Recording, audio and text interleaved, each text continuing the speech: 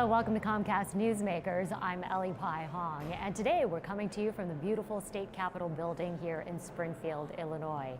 Today my guest is Sue Rezin. She is state senator for the 38th district, and we're going to be talking about something called spoofing, and you co-sponsored legislation against spoofing.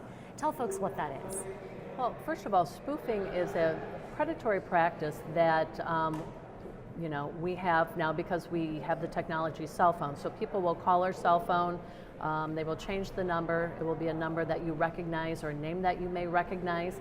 So when you answer it, you will find out that it's somebody trying to sell you something. That's called spoofing. And this legislation, and we've all been spoofed, so this legislation really is to deal with this predatory practice of calling people under a different name. It actually happened to my office where somebody called my office and said that I had called him at 11:30 at night in my office, and he was very upset about it. And we explained to him that it wasn't us, that somebody was using our name, and it showed up in his caller ID. So my legislation actually, it creates penalties for these companies that are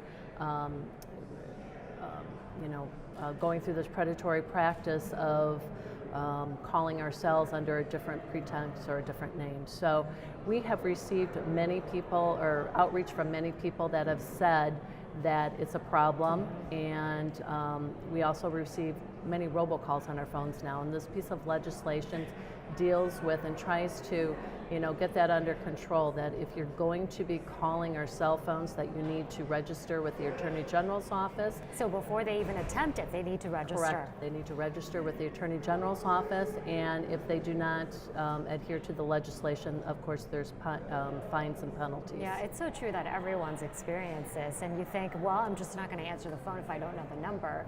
But if you see a number or a name you recognize, of course you're going to pick it up. And that's happening right now. Typically it's a number from the town that you live in, so most people pick it up because they think it's someone they know.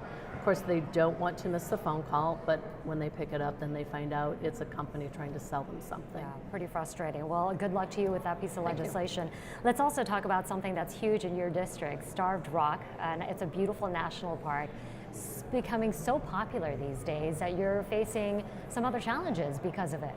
Well, I do have Starved Rock in my district, and this is it's a wonderful asset for the state of Illinois. So Starved Rock has over 2.8 million visitors a year, which is great. So if you rank Starved Rock with the national parks throughout the entire country, Starved Rock ranks 11th in attendance across the country. And as you can imagine, because of the increase in attendance, we have challenges with infrastructure, with public safety, traffic going in and out of the park. So we have an annual meeting with all of the stakeholders, which we just held, making sure that we're all on board, we're ready for this upcoming season, and we can handle the traffic and manage the crowds.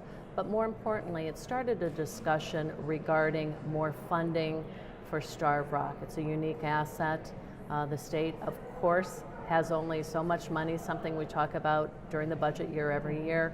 How do we get more revenue in for infrastructure update, trail maintenance for Starved Rock?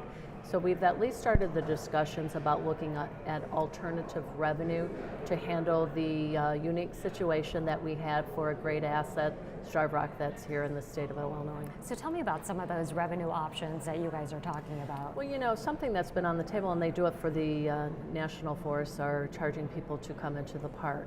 So a suggestion is charging per carload to park. Logistically, we need to figure that out, but it is one way of, and I think most people would be fine with paying a small nominal fee to enjoy this beautiful park that we do have for the day. So that is something that's under consideration. You always have people who feel that it should be free, and I understand that. Most of our parks, all of our parks are free. Most of our parks have an average of attendance between 200,000 and 300,000 people a year. Significant difference. Significantly less, so we're clearly in a different league, and we need to open up discussions about where we go from here. Well, best of luck to you. It's a beautiful state park. Appreciate your time today. Appreciate it. Thank you. This hour's Newsmaker has been Sue Rezin. I'm Ellie Hong. We'll see you next time on Newsmakers.